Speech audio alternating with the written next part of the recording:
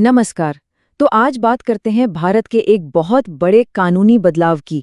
हम बात कर रहे हैं नई भारतीय न्याय संहिता यानी बीएनएस की। इसने हमारे देश के उन पुराने क्रिमिनल लॉज की जगह ले ली है जो अंग्रेजों के जमाने से चले आ रहे थे।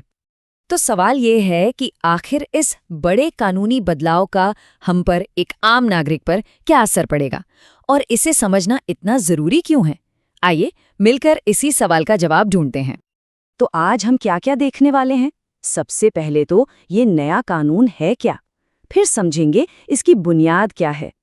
इसके बाद उन अपराधों पर बात करेंगे जो शरीर और संपत्ति के खिलाफ होते हैं, फिर समाज और डिजिटल क्राइम पर एक नज़र डालेंगे और आखिर में हमारे अधिकार और जिम्मेदारियां क्या हैं उसे भी समझेंगे। तो चलिए शुरू करते हैं पहले पॉइंट से।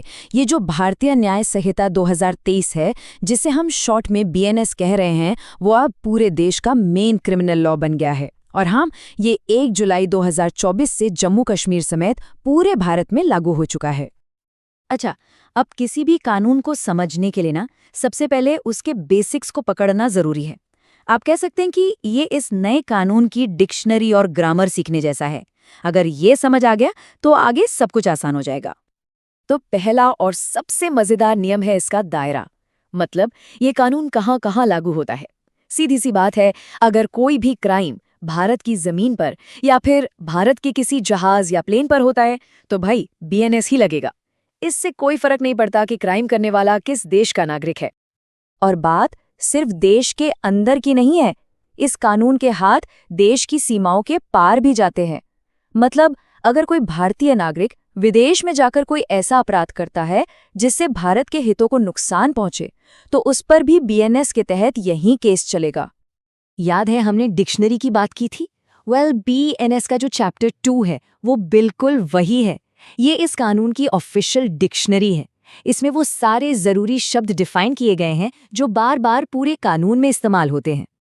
एक छोटा सा एग्जाम्पल लेते हैं, चोट यानी इंजरी। अब आमतौर पर चोट का मतलब हम शारीरिक नुकसान से समझते हैं, है ना? लेकिन इस कानून में इसका मतलब बहुत बड़ा है। इसमें सिर्फ बॉडी को हुआ नुकसान नहीं, बल्कि किसी के मन को, उसकी इज्जत यानी रेप्यूटेशन को या उसकी प्रॉपर्टी को पहुंचाया गया कोई भी नुकसान शामिल है। मतलब अब मेंटल ट्रॉमा भी कानूनी तौर पर एक चोट है।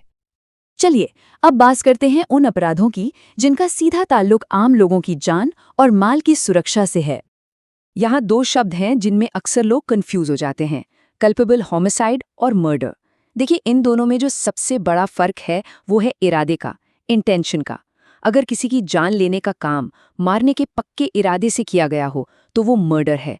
लेकिन अगर इरादा उतना साफ ना हो या मारने का इरादा था ही नहीं पर मौत हो गई तो वो कल्पेबल होमिसाइड की कैटेगरी में आता है। 20 साल से लेकर उम्र कैद तक। ये आंकड़ा अपने आप में दिखाता है कि बीएनएस में गंभीर अपराधों को लेकर सजा कितनी सख्त है, खासकर महिलाओं के खिलाफ होने वाले अपराधों के लिए। जैसे गैंग रेप के मामले में कम से कम सजा 20 साल रखी गई है, जो उम्र कैद तक जा सकती है। अब जरा प्रॉपर्टी से जुड़े अपराधों को समझते हैं। ये बड़े इंटरेस्टिंग तरीके से एक दूसरे से जुड़े हैं। देखिए, स्टेप बाय स्टेप चलते हैं। किसी की कोई चीज बेमानी से बिना उसकी मर्जी के उठा लेना, यह है चोरी। अब इसी चोरी में अगर जोर जबरदस्ती या डराना धमकाना जुड़ जाए तो वो बन जाती है लूट। और जब यही लूट 5 या उससे ज्यादा लोग मिलकर करते हैं तो उसे कहते हैं डकैती। ओके, तो अब तक हमने पारंपरिक अपराधों की बात की। अब देखते हैं कि ये नया कानून आज के जमाने के मुद्दों, खासकर डिजिटल वर्ल्ड और पब्लिक ऑर्डर से जुड़े क्राइम से कैसे निपटता है। यहाँ पे इस कानून का मॉडर्न होना साफ साफ नजर आता है। देखिए, पुराने कानूनों का फोकस ज्यादातर कागज के दस्तावेजों पर था, पर बीएनएस ने डॉक्यूमेंट की परिभाषा को ही बदल दिया है, उसे बहुत बड़ा बना दिया है। अब इसमें इलेक्ट्रॉनिक रिकॉर्ड्स भी शामिल हैं। तो इसका मतलब क्या हुआ? इसका मतलब ये हुआ कि अब किसी ईमेल में हेरफेर करना, कोई पीडीएफ फाइल बदलना या किसी के डिजिटल सिग्नेचर की नकल करना, ये सब उतना ही बड़ा जुर्म माना जाएगा जितना पहले किसी कागज पर जाली दस्तखत करना माना जाता था। ये डिजिटल जमाने के हिसाब से एक बहुत बहुत जरूरी अपडेट है। ये कानून समाज में शांति बनाए रखना पर भी बहुत जोर देता है। इसमें उन कामों को भी अपराध माना गया है जो पब्लिक पीस के लिए खतरा है, जैसे 5 से ज्यादा लोगों का किसी गैर कानूनी इरादे से इकट्ठा होना, या फिर उस भीड़ का हिंसा पर उतर आना, या फिर समाज में अलग अलग ग्रुप्स के बीच नफरत फैलाना, ये सब बहुत गंभीर अपराधों की लिस्ट में आते हैं।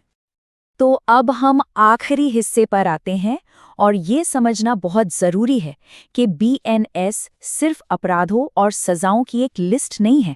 असल में ये एक पूरा ढांचा है, एक फ्रेमवर्क जो हमारे नागरिक जीवन, हमारे सुरक्षा और न्याय के सिस्टम को चलाता है। और इसीलिए इन बेसिक बातों को जानना हमें एक नागरिक के तौर पर मजबूत बनाता है, हमें एम्पावर करता है, क्योंकि जब हमें कानून का पता होता है तभी हमें अपने अधिकारों और अपनी जिम्मेदारियों दोनों का एहसास होता है। तो चलिए फटाफट से रिकैप कर लेते हैं कि हमने आज क्या क्या जरूरी बातें समझी।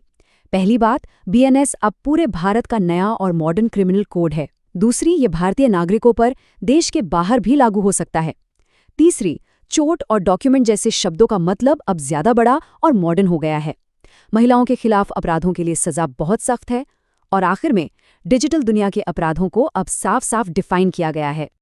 और अब जाते जाते एक बड़ा सवाल, जिसके बारे में सोचना हम सबके लिए ज़रूरी है। क्या ये नया, मॉडर्न और इतना बड़ा कानून असल में न्याय को, जस्टिस को हर आम इंसान तक पहले से ज़्यादा आसानी से और तेज़ी से पहुंचा पाएगा? इस पर विचार करना